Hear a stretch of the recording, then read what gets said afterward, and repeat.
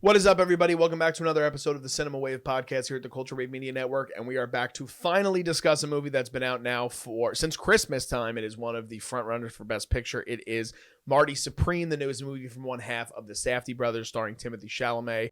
Has a tremendous ensemble cast that we'll get into during this episode. But for this discussion, I'm going to be one of your hosts. My name is Darian. I am joined this time by Michael Penniston. Hello. And Vinny Albano. Hello, hello.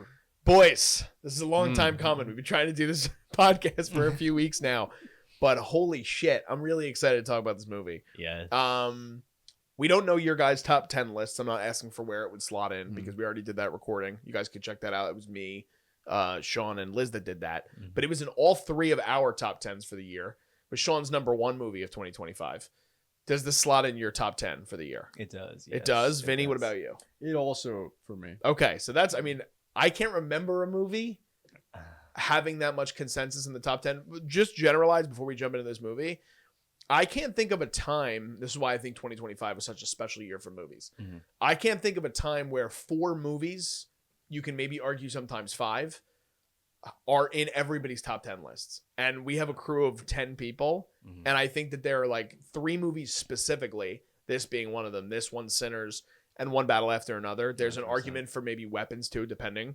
But like 3 or 4 movies that are consensus in everybody's top 10, which I think is so special. Like just in general for a movie year, like that doesn't happen very often. It doesn't. So I think that's awesome. But this is one of those movies that has now reached the pinnacle of that, and it only hit theaters about 3 weeks ago. So without giving away spoilers, even though I'm sure whoever has seen this movie at this point hopefully has seen it.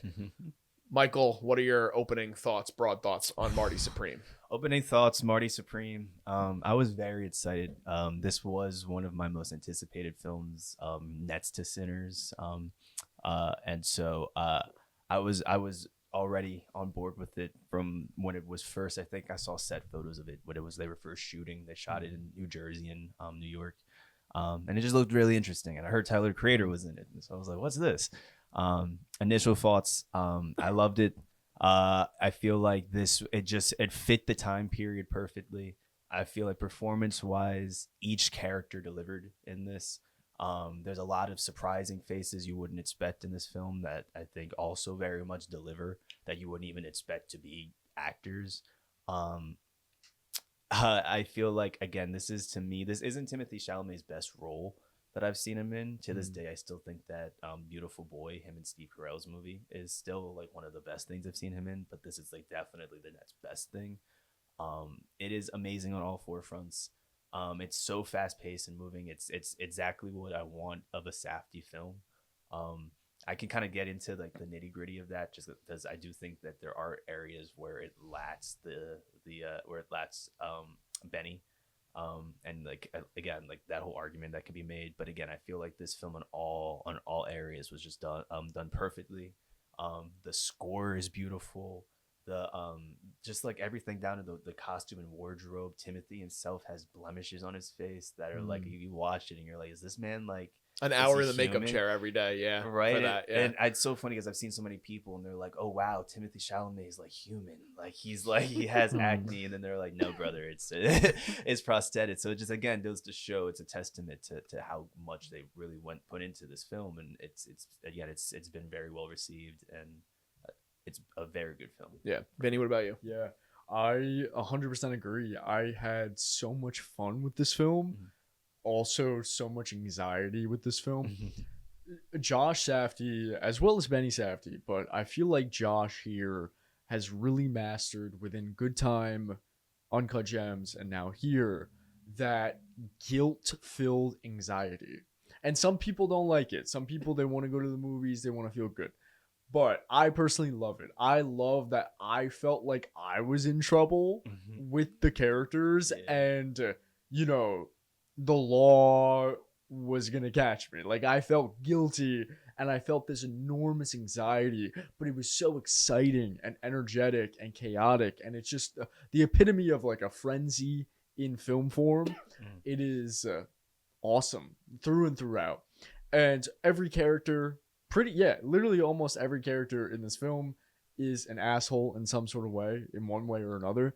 Yet he delivers the story to you where you are rooting for them at times. And you feel like guilty for rooting for them. You're like, I don't like these people, but it also kind of plays out thematically within this world, throughout our world, you know, and the world of this film that Josh builds here. It's so exciting. Just every single moment of this film, I was like on the edge of my seat, and I was thrilled. Yeah. I think there are a lot of, like you said, a lot of people that you don't want to root for and you can't really root for in this movie, but Timmy as Marty is ultimate king scumbag. Yeah. Like I said, I can't remember a time where I disliked a character so much, in a good way, the way that the movie intended for it. Yeah. Because you're watching it just unfold and you're like, you are such a piece of shit.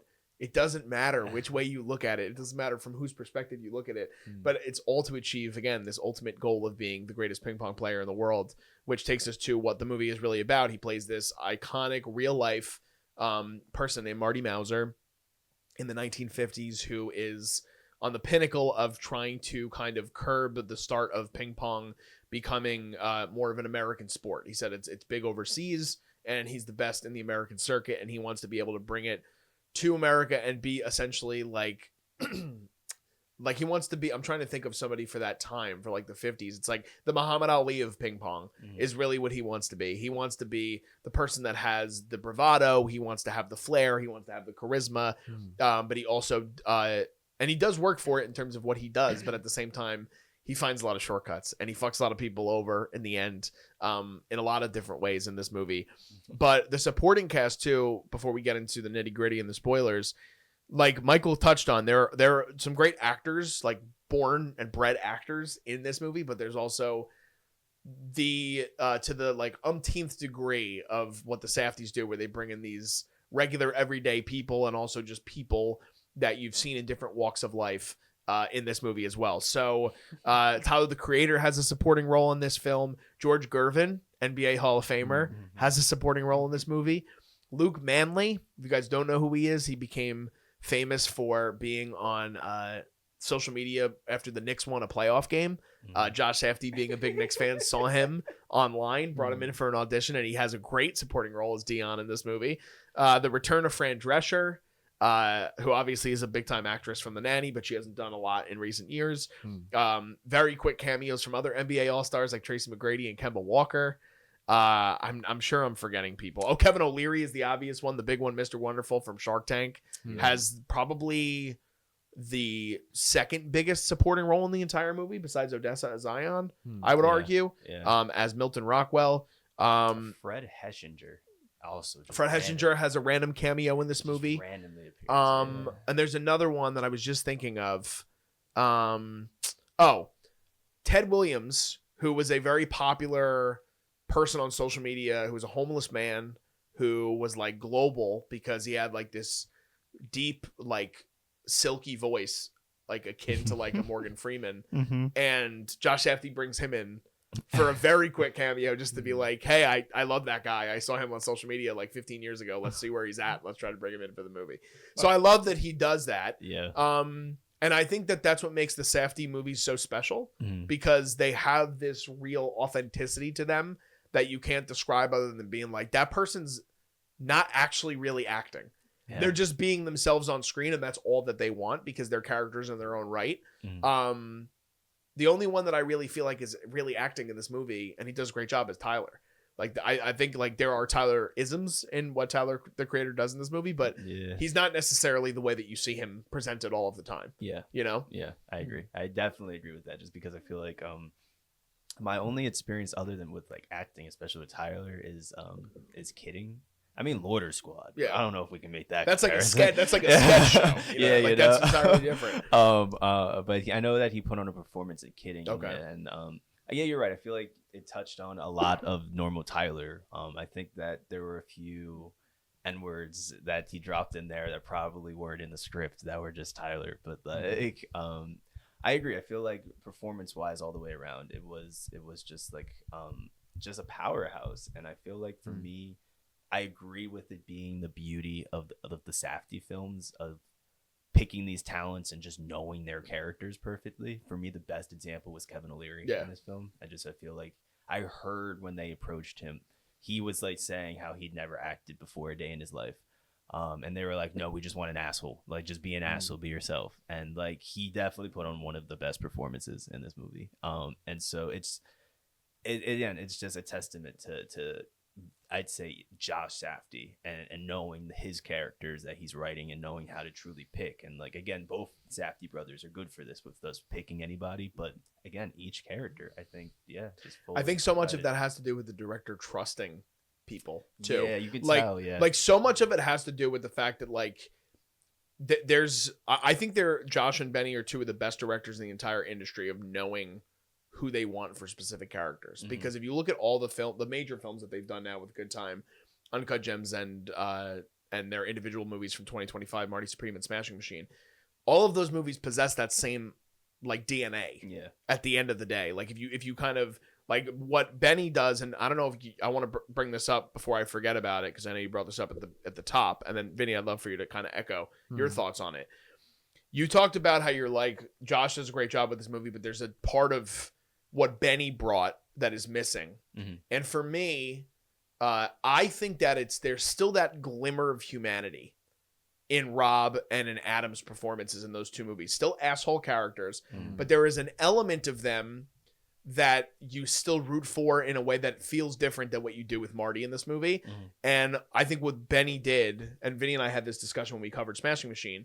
I don't know if you had a chance to see it, but Smashing Machine is like a mosaic of a man that has none of that. Like, he's genuinely just one of the nicest people in the world, and he's just dealing with his own personal struggles. But like, a lot of people didn't love that movie, or sort of, I feel like, were affected in the same way of that movie because there was no real conflict in that movie. Okay. To where, like, I think that the bit of humanity, if that's injected into this movie, it would have felt like having both of them. But I'm curious if that is what you were referring to, or if there's something in particular that you had noticed when this is the first movie where the brothers had split up for their own individual kind of projects. So I think there's a lot of ways you could really take it. I think I was looking at it more as, and kind of, I didn't watch The Smashing Machine, but kind of I got the idea that it was a much slower film. I think that was what I was talking about. Like, I feel like Josh provides like this 1, 2, 3, 4, 5, 6, it's like things are happening very fast, very pacing quick. wise. Exactly. Yes. Whereas like Benny offers then that slow pace, and like it gives you time to breathe. And I think that that's why it's the same thing kind of what you're saying. It's just a little different because like in the humanity, you have those moments to breathe. In Benny's film, you can acknowledge the humanity in things. You can be able to laugh and do things like that. With Josh, it's moving so fast, you don't know what to think or how to feel.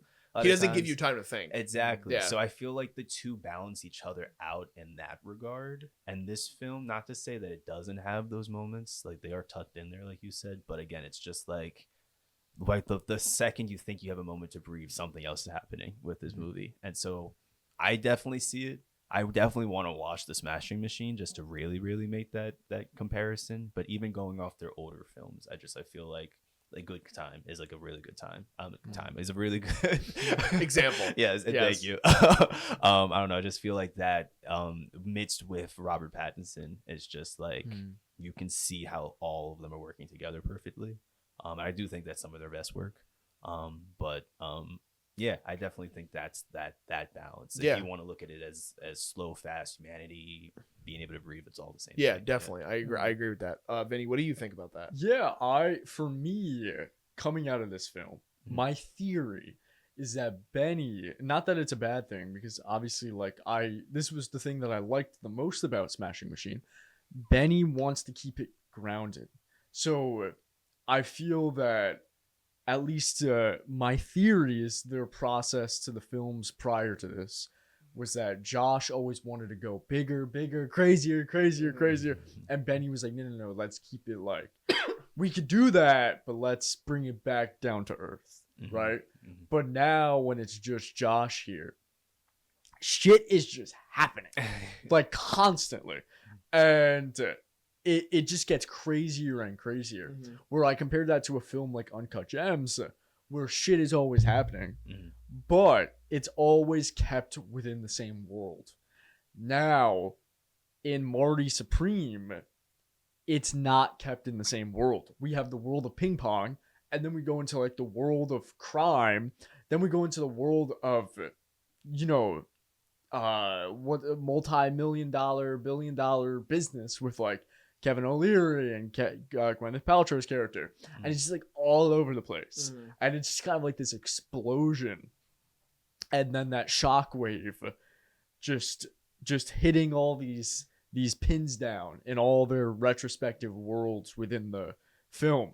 So that is my theory of like Benny wanted to keep it all in kind of one world, keep that narrative grounded and thorough, and then Josh is just throwing shit at the wall. Yeah. You know? I mean, I think it's ambitious how relentless it is, but I do agree with both. And I think we're all kind of saying the same thing while having different interpretations of what that means for us.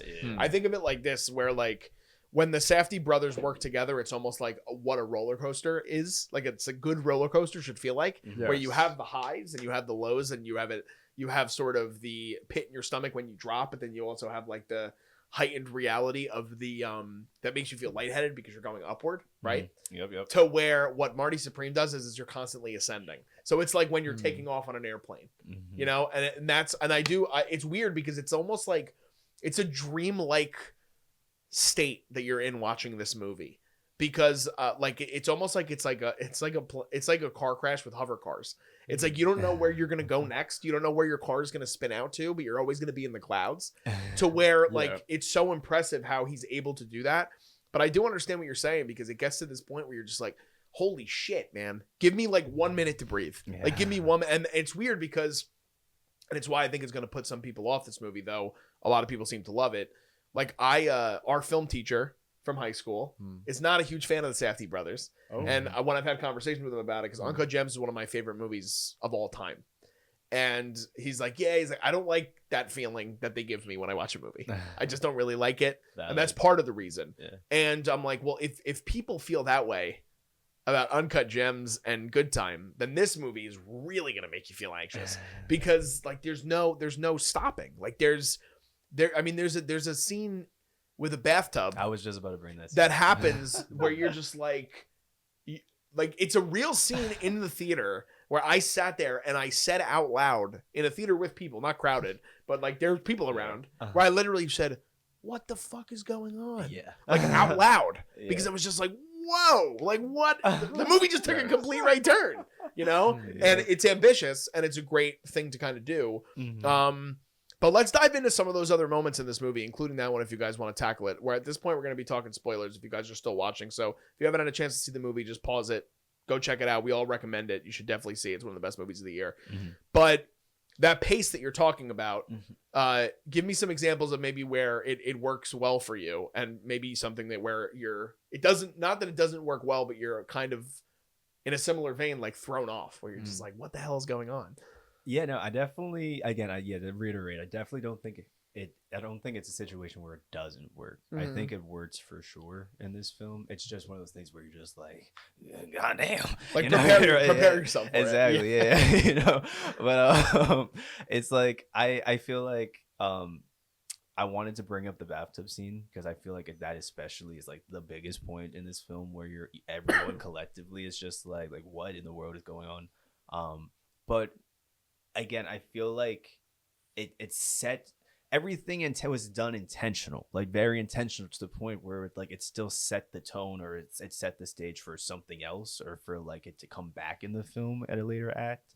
And so it was still done very strategically. So as much as there were times where I was like, what's going on? Like I do think everything got, for the most part, resolved, where I was like, oh, okay, like that was crazy, but I see why it happened. I don't get why he landed on a man's arm.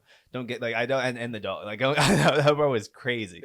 But like I get it, because then like the whole dog concept of the thing, like things worked out in a way where it fell into place. And so but other parts that I'm just trying to think of off the top. Vinny, feel free to jump in at any point if you have scenes too. But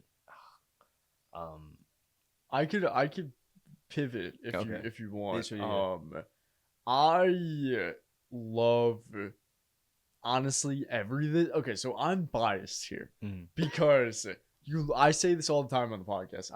You look at all my favorite films, Love Exposure, you know, like Park Chan-wook films.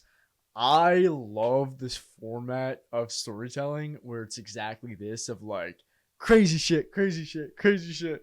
And it just like is bizarre and almost dreamlike and surreal. Mm. And I love all the stuff with the farmers and the gas station, which is like so like we never get an answer if they actually fucking burn these dudes alive or not, but you kind of assume they're walking like zombies out of the flame. So it like scenes like that are so insane. And I'm biased, like I said, like I love it. I love it personally. Mm-hmm. Yeah, I definitely agree. I think that the transition into Odessa as well, just because her performance also in this film, was just very well. The whole sequence of them in the car, in like driving through like the hayfields, trying to like get the dog, and like that whole process. Like again, like if you told me that was something that took place in the very beginning of the film, it just like I wouldn't have even like comprehended how we even got there. But again, that's a scene where I felt like, again, like what the hell is going on in the grand scheme of things? But I love it. Like I get it, and I agree with what you just said, Vinny. It's I don't know, it just works perfectly, and things somehow flow into one another despite it being chaotic. And so there's a lot, but again, the performances are what elevates the movie. Exactly. Going back to what you were just talking about with that scene in particular, that's another one that I forgot. The gentleman that lives in that house with the shotgun is Penn, who is a famous magician. Penn and Teller. Penn and Teller. So like that's another example of like Josh bringing somebody in that maybe he's acted before, but I've never seen anything he's done. I know him as being a magician. So like that's another great example, and it's because he's this like towering figure. He's like this massive guy that like makes sense to be like you're intimidated by this giant dude with a shotgun. I want to talk about the female performances, those like the two in particular, Odessa and Gwyneth Paltrow, who does the first movie she's done in I want to say like 14 years. That's not Marvel. So it's a big kind of coming back story for her to do this. I will say, kind of counteracting, not disagreeing with what you were saying, but I do think that is Josh's attempt to ground the movie, is the romance with Kay, with Gwyneth's character. I think that is where, not that the movie kind of stalls, because I think the movie, again, is great, but I think that it's something where at moments it works, but it's the one part of the movie that isn't 100% connected to me. Like their relationship, there's no real explanation for it. It just kind of happens because Timmy has this bravado and this confidence, and Kay is in this relationship that she seems bored by. But I don't think that is completely explained well enough in the narrative. It would be my only gripe about the entire movie. Gwyneth, I think, does a great job. I hope she does a lot more going forward. I'd love to see her do more than just coming back to play another character in Doomsday or Secret Wars, which I doubt she's going to. But like, I'd like to see her work with more auteurs and do some other work, because she had like a crazy run in the 90s, the 80s and 90s, where she was like the most coveted actress. And it is nice to see her and Timmy share scenes together. I just think there could have been a little bit more connection. That's the word I'm looking for. Connection. I wish that they had more of a connection in the movie that played out on screen, to where it wasn't kind of making the audience do homework on it, because it does kind of come out of nowhere. But I think that's Josh's attempt to kind of ground the movie in romance, to where I think Benny has more of that natural ability to ground the movie in different ways. Like I think Smashing Machine, again, is a good example of like, you could see the way that he grounds, that Mark Kerr is grounded with the relationship between Emily and Dwayne, which is, in my opinion, a better relationship than either of the ones in this movie.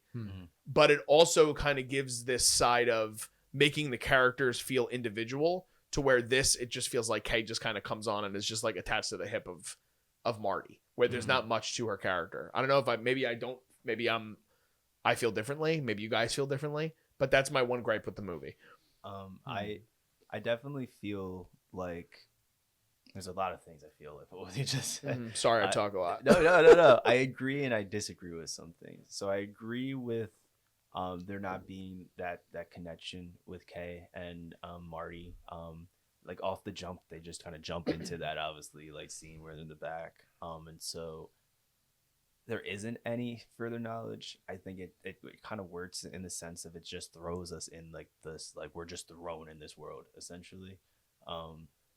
And I think that helps with the sake that it's like we're thrown in and then it just keeps going and going and going. And so I think that works, but I agree that there isn't that much connection. Also, just to the whole, before leaving her out at all, Gwyneth Paltrow did do a really good job in this film. Yeah. Before I leave her out. She's great. Really, she's great in the movie. Yes. But what I don't agree with is I don't think that's where he's trying to ground the movie, if I'm going to be honest. I don't think it's through Kay's character. I think there's parts of it, and I think that it creates the argument that maybe there is a little bit of grounding in each of the relationships that he's in. It's just he just like ruins it at a certain point. Because I thought that a lot of that the grounding of this film was in the moments with Tyler, the creator. Funny enough. And that friendship, there was the scene with them in the car where they were like talking and then they start singing and like they're like getting out the car and they're like dancing, and there was something so wholesome about that moment that brought in a moment of like, oh, we can actually take a moment here and like do that. And there were a lot of moments when I took a step back and thought about it, where like even before the bathtub scene, like they had that whole like little apartment scene where they were kind of arguing, but it was just like two friends kind of going at it, if that made sense. And so I feel like no matter what, like that was a big part of it, but it still wasn't expanded upon enough for it to be like the thing. You know what I'm saying? Yeah. So that's what makes me think that, oh, maybe he really did have like these like truly grounded moments with a lot of these characters that are just hidden in the chaoticness of this movie. Like I want to get his character. Sorry, I'm talking in the mic, guys. I want to get his character name right. Dion. There was still like a lot of like precious moments with him and Dion and Odessa's character in the apartment, despite him like getting really mad and kicking him out and throwing the ball out the window. Like that, you could still see that despite he was like screwing people over, like there was still like a bit of love. Like the same way in Uncut Gems, where it's like Adam Sandler like was low key like ruining a lot of these relationships, but it was still kind of like but I love you at the end of the day sort of thing, you know. And so I think with Marty you see that it's just he's just so selfish, he's so self-contained that you see how it gets ruined. So I'm sorry I dragged that out, no, I totally get it. But like I agree that I don't know if it's fully just being grounded in the relationship. I have one more counterpoint, and then because I want to hear from you too. My own, not even really a counterpoint, but this is the way I look at it. So like if you look at like, let's say there's 4 prongs of the people that are connected to Marty in some way. You have Tyler the creator's character. You have Luke Manley, who plays Dion, his friend and kind of marketing guy. Let's say the guy who develops the orange balls. Odessa, and then Gwyneth. I think that the other 3 characters, other than Gwyneth's, have a reason to be with Marty and to be sort of connected to Marty in some way. Like Odessa's character, she's clearly in love. It's very obvious. Yeah. She literally fakes a black eye that she was beaten by her husband, I think, to get away from him, to have a life with Marty, and will literally like put her life on the line to help Marty. Yeah. Luke will literally like go against his parents' wishes, will sneak him around because he knows that Marty's the only person in his life, whether it's bullshit or it's not, that believes in Dion having a vision. So the vision is connected to him. Then you go to Tyler, and it's like, you're right in terms of the groundedness, because they're connected through the biggest passion in Marty's life, which is ping pong. Yeah. I think, and it's conveyed to the audience, I just don't think it's as effective as the other relationships, which is hard to do because you're asking a lot of all these characters. But with Gwyneth, the part of it is that Marty is so addicted to the luster that she has, like the shininess of what Kay used to be, to where I think that my interpretation is that she wants to be with him because she feels bad for him and because she also wants to feel seen again.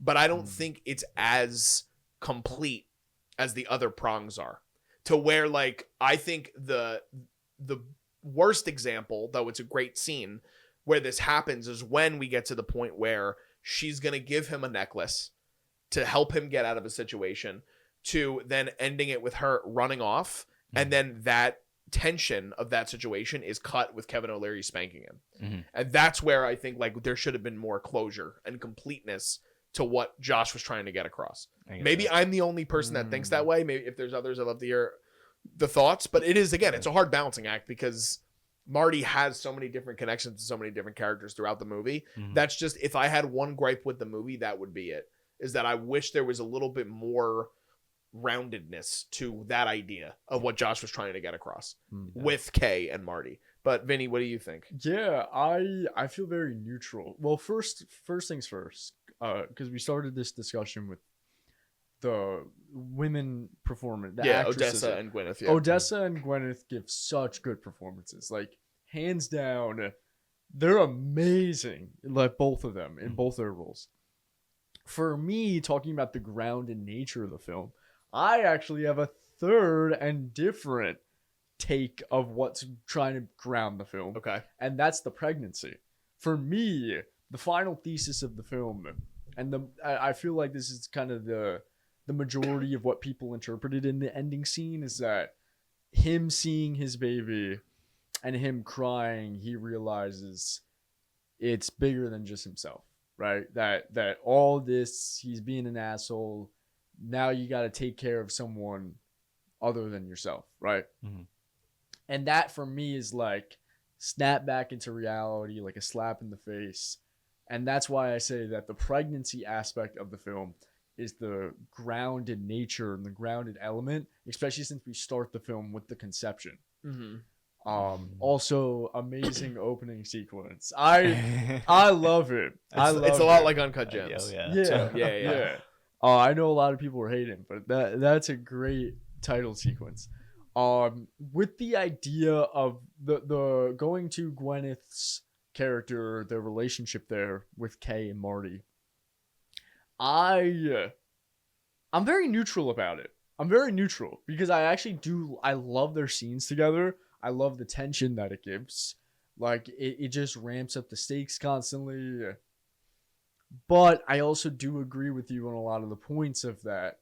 But then again, we're also put in the shoes of Marty, and Marty doesn't view her as like, he just sees her as like, a shiny new toy. Yeah, exactly. So maybe there's a reason why there's a disconnect from that relationship to the audience. I'm very neutral. Yeah, I understand all the points, but I do think still there's a lot to what Josh is doing in this movie that it's a lot to handle as a viewer. Mm-hmm. Like, if you, I feel like it is a movie that I don't think this is a movie where, like, I could see somebody like seeing Sinners and being like, it's a good movie. I don't understand really all the hype, even though we all love it. Mm-hmm. But I can see people being like, it's a good movie. I don't understand why it's the greatest movie ever made. This movie, I think there's going to be people that absolutely fucking hate this movie. Oh, yeah. 100%. Because it's going to make you feel that feeling that, again, Josh is intending for you to feel. Mm-hmm. But again, it's like, I personally, I think Marty is a worse character in terms of his, like, again, like how shitty he is than Howie in Uncut Gems. Oh, 100%. And Howie is a shithead, like a complete fucking shithead. Yeah. But Marty, and again, like, it's so interesting to think about, not that this needs to be a part of the conversation, but like, Sandler didn't get nominated by a lot of people for Uncut Gems, and then like Timmy is getting crazy praise for doing this. I think part of it is that like so much of this movie is on his shoulders, as I think he was 28 when they filmed it, so like maybe 29, but like it's a lot. And I do want to go back to Timmy in this because he's a big part of the conversation. He's already won the critics. He's already won the Golden Globes. He's most likely going to be nominated for an Academy Award. You said it's not your favorite performance of his. You said Beautiful Boy. It is probably the best performance, I would say, of his career. Mm-hmm. He's had a number of them. I also loved him in A Complete Unknown and Call Me By Your Name.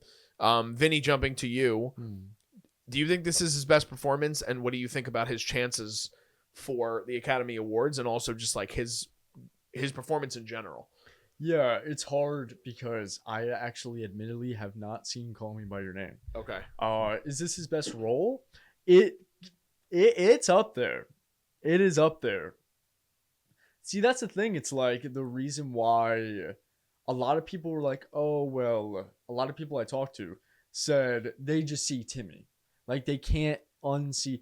But I disagree with that statement because I watch something like Dune and I see him as Paul Atreides, and then I see him as Marty, and then I see him in Bones and All, and then I see him in Lady Bird.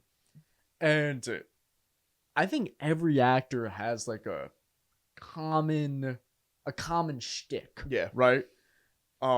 They bring something to every single role that stays with them, no Yeah. matter what it is. Yeah. So Timmy has that, but I look at all these roles and they're completely different. Mhm. And Marty, I disagree with that statement because Marty is not Timmy in my eyes. Like he very much is embodying someone completely different.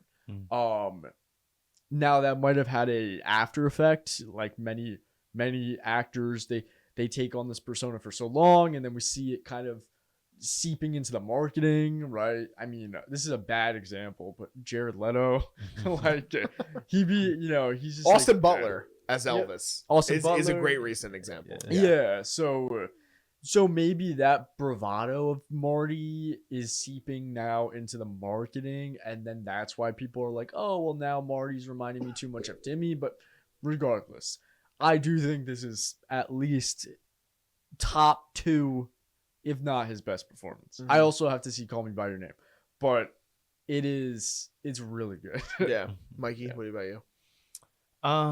Again, I'm biased with Beautiful Boy, like I said earlier in the thing, so I definitely still think that that's his best film. I also have not seen Call Me By Your Name.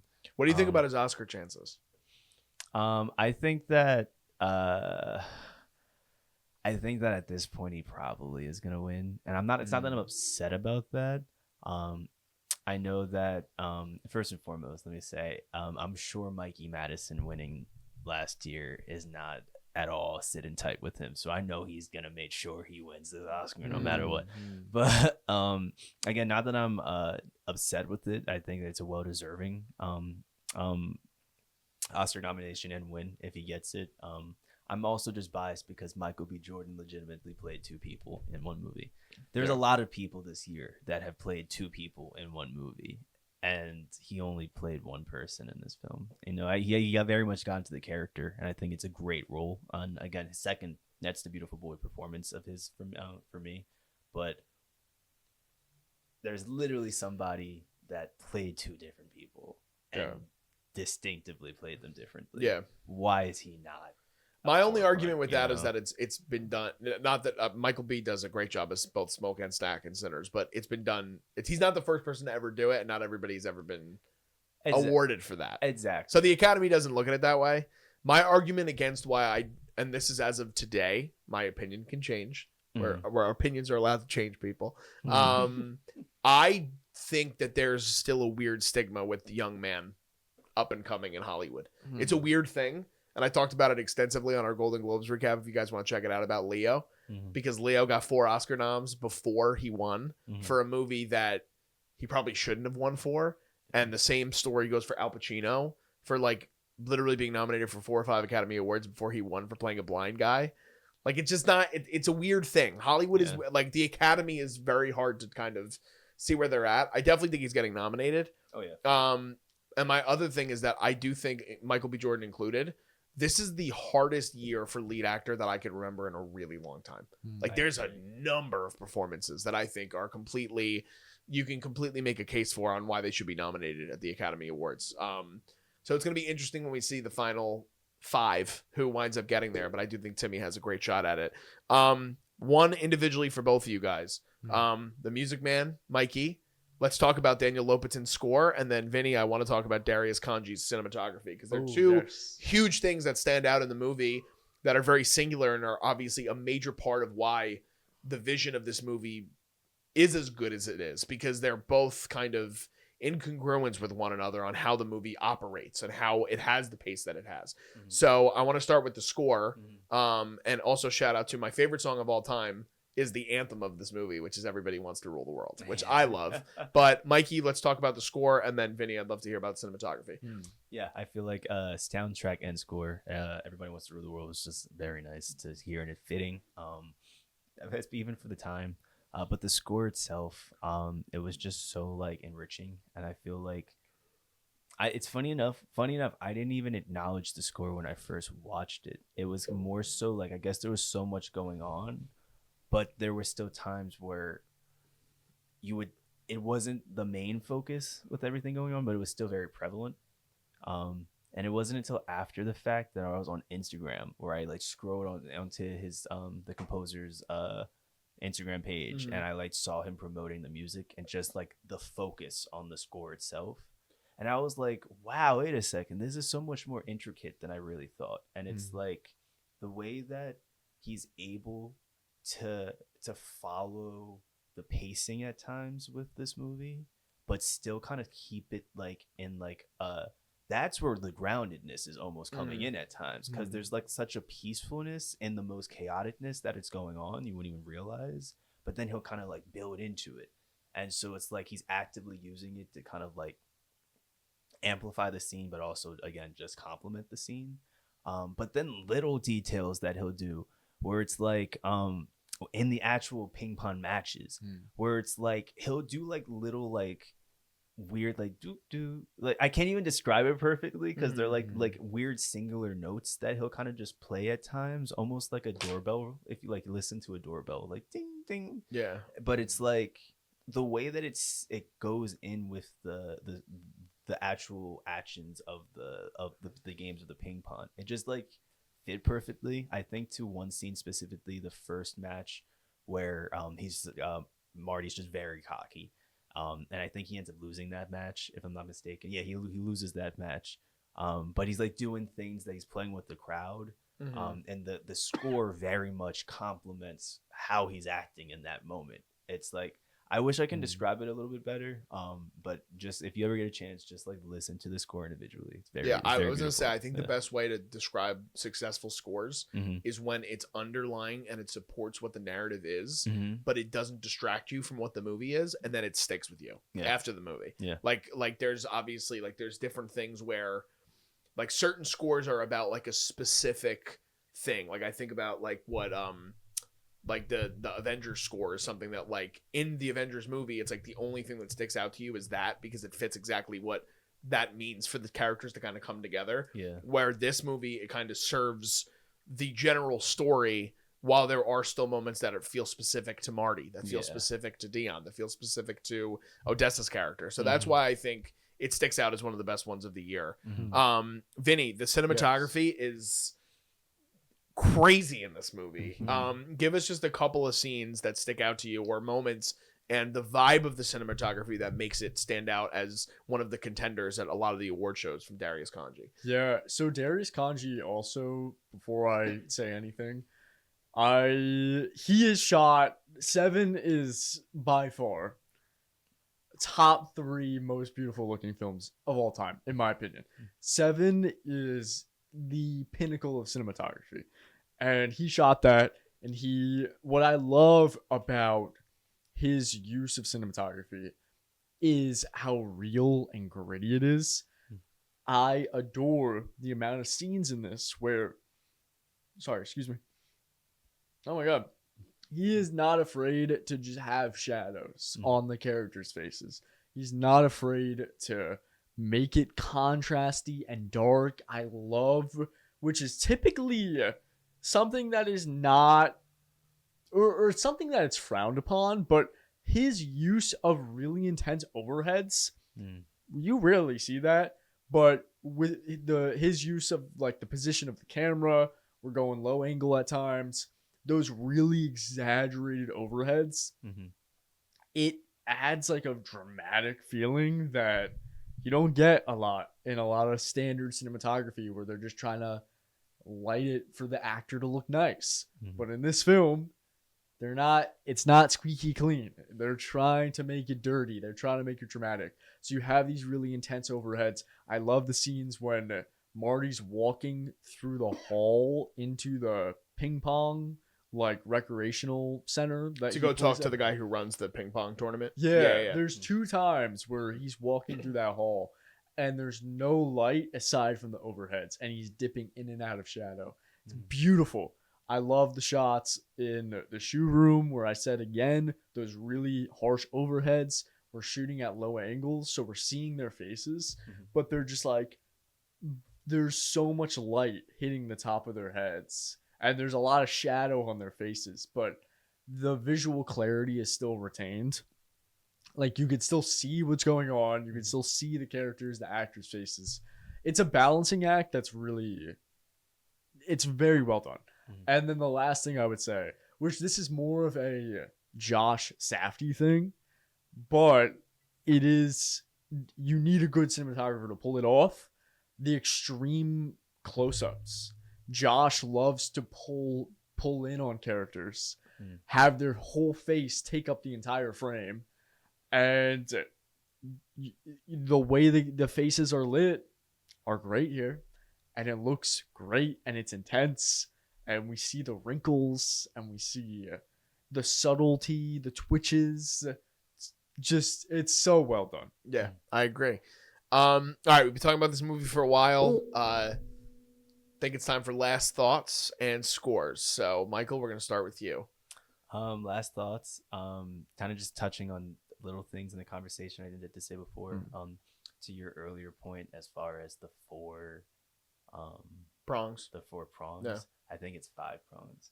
And I would also throw what I think is his uncle in the very beginning of the film in there, just because, again, you see the humanity of his uncle still was family in a sense, and like was forgiving, but still And saying love you every time he leaves. Exactly, but he still stole from him, and that the whole scene where which was a great scene too, where it was like you can call, I know you, where he was talking to the other his coworker. cousin. His cousin. He's like, no, you hate me, like you can call or do whatever. Again, it was just it fitted. That was really it. I love this movie. I loved every performance. The casting amazing. Direction amazing. I'm excited to see what's next for Josh Safdie. This film gets a 10 out of 10. 10 out of 10. Perfect score for Yes. Mikey. Vinny, you want to go next, or you want me to go next? Yeah, I'll go next. I said what I had to say. This is a really exciting film. I'm going a solid 9 out of 10. However, on rewatch, I have a really strong feeling this is gonna get bumped up to a 10, because I came out of this movie and I immediately wanted to see it again, and I haven't got the chance to, but once I do, I have a feeling on Letterboxd that 9 is gonna become a 10. Nice. I'm also giving it a 9 out of 10. I think that it's a movie that, again, it made my top 10. It just missed my top 5. It was my number 6 of the year. But there's so much to like with this movie. It's another one of those movies that I am really excited to see it again. Similarly, like my mom, my brother are going to see it soon, and I said to them, if I'm around, I'd love to go see it with them, because even though it has a 2-hour and 30-minute runtime, it goes like this.